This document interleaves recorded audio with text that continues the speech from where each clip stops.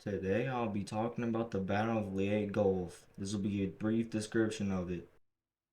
The Battle of the Leyte Gulf was from October 23rd, 1944 to October 26th, 1944. It was a decisive air attack and sea battle of World War II that crippled the Japanese combined fleet, permitted U.S. invasion of the Philippines, and reinforced the Allies' control of the Pacific. By autumn 1944, the Japanese had been dislodged from many key outposts in the southwest and central Pacific.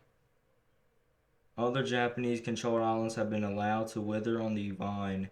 The United States has been taking over most of Japanese lands, including all of their aircrafts. They had 100 or less aircraft in the battles and unexperienced pilots.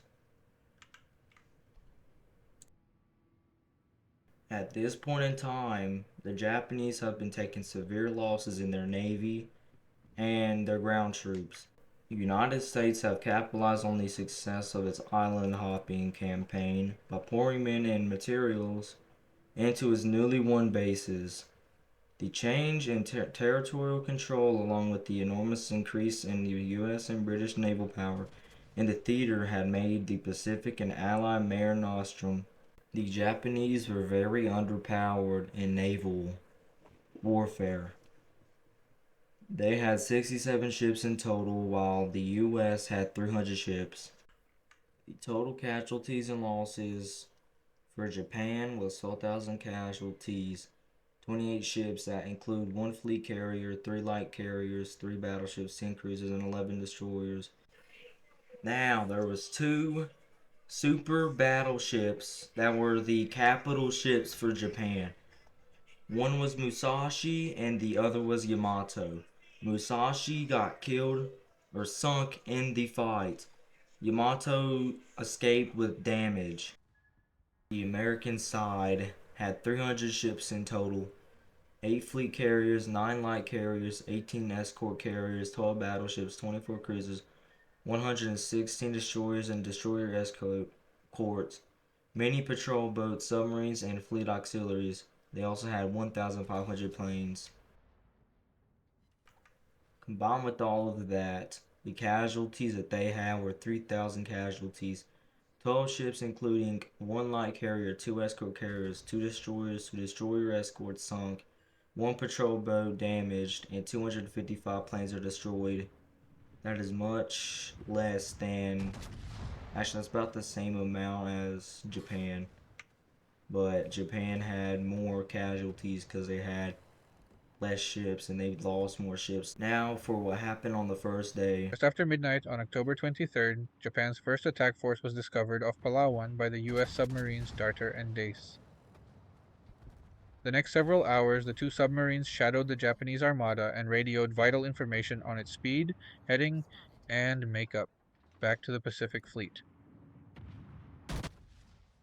When dawn broke, the submarines made visual contact with the lead elements of the Japanese force and launched torpedoes. The Darter sank the Japanese heavy cruiser Atago, Kurita's flagship, and proceeded to seriously damage the cruiser Takao.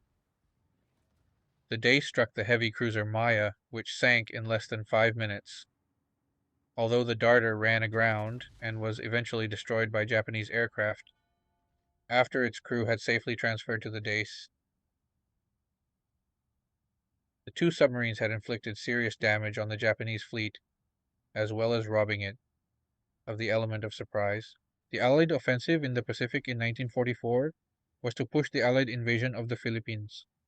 The goals of the operation was to, first, to win positions that would allow the Allies to sever Japan's supply lines to the East Indies. Second, to make this possible, an invasion or neutralization of Formosa, which is current-day Taiwan, and the East China coast. And thirdly, to provide bases for an attack on the Japanese home islands. This plan had to overcome significant resistance from within the American High Command. However, Chief of Naval Operations Admiral Ernest J. King advocated bypassing the Philippines and attacking Formosa directly, while other naval officers, such as Admiral Chester Nimitz, favored limited operations in the Philippines as a prelude to the Formosa offensive. Army Chief of Staff General George C. Marshall had proposed skipping both the Philippines and Formosa and proceeding directly to an assault on southern Honshu. In the end, it would be General Douglas MacArthur who prevailed, eager to make good on a promise he had made after the Japanese invasion of the Philippines, when he said, "I shall return." MacArthur had pressed for the reconquest of the whole of the Philippines as a goal in and of itself. On October 24th, supership Musashi was sunk. Brandon will let you know more. On October 24th, the 3rd Fleet carrier planes located and attacked the Central Force in the Sibuyan Sea and the Southern Force in the Sulu Sea. In the Sibuyan Sea, several Japanese ships were damaged, and the super battleship Musashi was sunk after repeated strikes from American aircraft.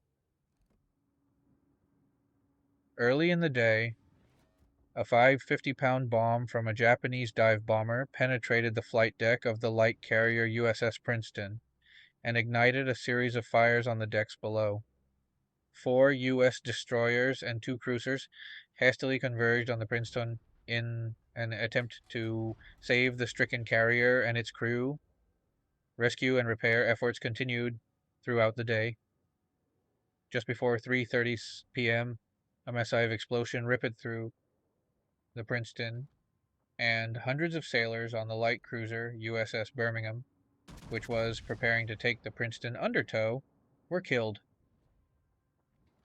The Princeton was eventually scuttled by a pair of torpedoes from the cruiser USS Reno. Having been battered by U.S. aircraft and submarines, Kurita initially appeared to be retiring to the west, but he soon resumed course, and the Japanese Central Force pushed doggedly onward toward the San Bernardino Strait and Leyte. During the night of October 24th, 25, Halsey had moved the 3 battle groups of the 3rd Fleet north to meet the Japanese decoy force. To Halsey, the Japanese carriers represented a target too inviting to ignore. This, of course, was entirely the point. Among the ships in the decoy fleet was the Zuikaku, the last surviving carrier to have participated in the Pearl Harbor attack. Attrition had taken a significant toll on Japan's naval air force, perhaps most significantly at the Battle of the Philippine Sea, and the 4 Japanese carriers which were under the command of Vice Admiral Ozawa Jisaburo sailed with a little more than 100 aircraft between them. The ensuing engagement reflected the dramatic imbalance in power that now existed between U.S. and Japanese naval strength, and the result was so lopsided that it was almost an anticlimax when measured against the action which was taking place simultaneously at Samar. The Japanese Sea Force entered the Surigao Strait in the early hours of October 25th and was annihilated in a night engagement with destroyers and battleships of the U.S. 7th Fleet and cruisers and destroyers of the Royal Australian Navy's Task Force 74. As the Japanese ships sailed north through the narrow strait, they were subjected to torpedo attacks from U.S. PT boats and destroyers. The Japanese battleship Fuso was sunk, as were the destroyers Asagumo, Michishio, and Yamagumo. Despite having already lost most of his fleet, Nishimura pressed onward. At the end of the strait, the USS California, USS Maryland, USS Mississippi, USS Pennsylvania, USS Tennessee, and USS West Virginia were arrayed in a line of battle under the command of Rear Admiral Jesse Oldendorf. With the exception of the Mississippi, each of these battleships had been damaged during the Pearl Harbor attack and subsequently returned to service. At this point in time, The Americans have won this fight. The Japanese has lost all of its navy. Only has a few ships. As we hit the end of the video, I hope that you have learned some information about the Battle of Leyte Gulf.